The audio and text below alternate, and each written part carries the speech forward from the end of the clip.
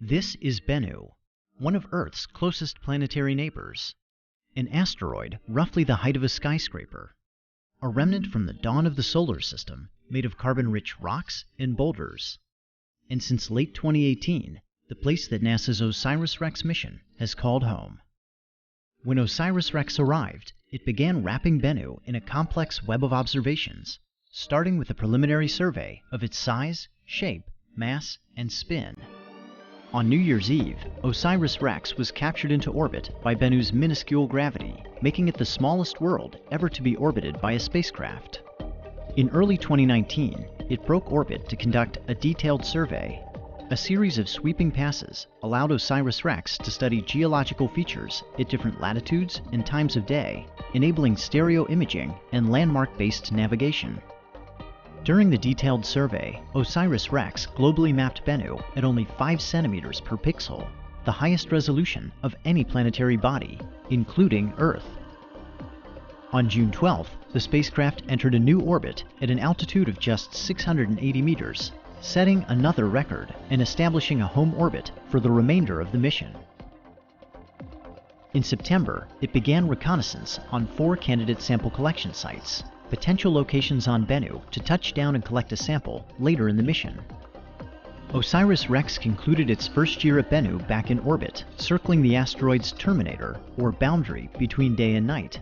Here, outside forces acting on the spacecraft are balanced, allowing it to orbit within the same plane over time. Reconnaissance resumed in early 2020 with close flyovers of the primary sample collection site Nightingale and the backup site Osprey. In mid-April, OSIRIS-REx performed the first of 2 rehearsals prior to sample collection. It navigated to a predetermined checkpoint about 125 meters above Bennu, then descended to within 65 meters before backing away.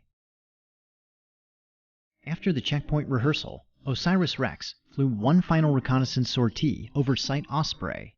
Then it made a series of high-altitude maneuvers while rebooting its onboard processor and preparing for its second rehearsal of the sample collection event. On August 11th, OSIRIS-REx departed its home orbit and made a 4-hour traverse to Bennu's northern hemisphere, retracing its earlier path. After performing the checkpoint engine burn to begin its descent, it made a second engine burn called match point to match Bennu's rotation before backing away at an altitude of approximately 40 meters. Now, the most crucial moment of the mission had arrived. On October 20th, 2020, at approximately 11:30 a.m. Mountain Time, the spacecraft departed orbit. A few hours before, mission controllers on Earth had sent the commands for the touch-and-go sample collection maneuver, or TAG. As they watched with anticipation, OSIRIS-REx steered itself to sample site Nightingale, maneuvering toward the small crater at the walking pace of a spider. At 4:11 p.m., the mission received confirmation. OSIRIS-REx had touched down and collected its sample. Following TAG, the spacecraft drifted to a safe distance away from Bennu.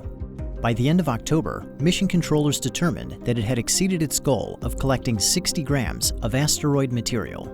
They directed it to stow the sample in preparation for return to Earth. Before departing Bennu, OSIRIS-REx was given one final task. On April 7th, it flew over Site Nightingale to observe how the sample collection event had changed the surface.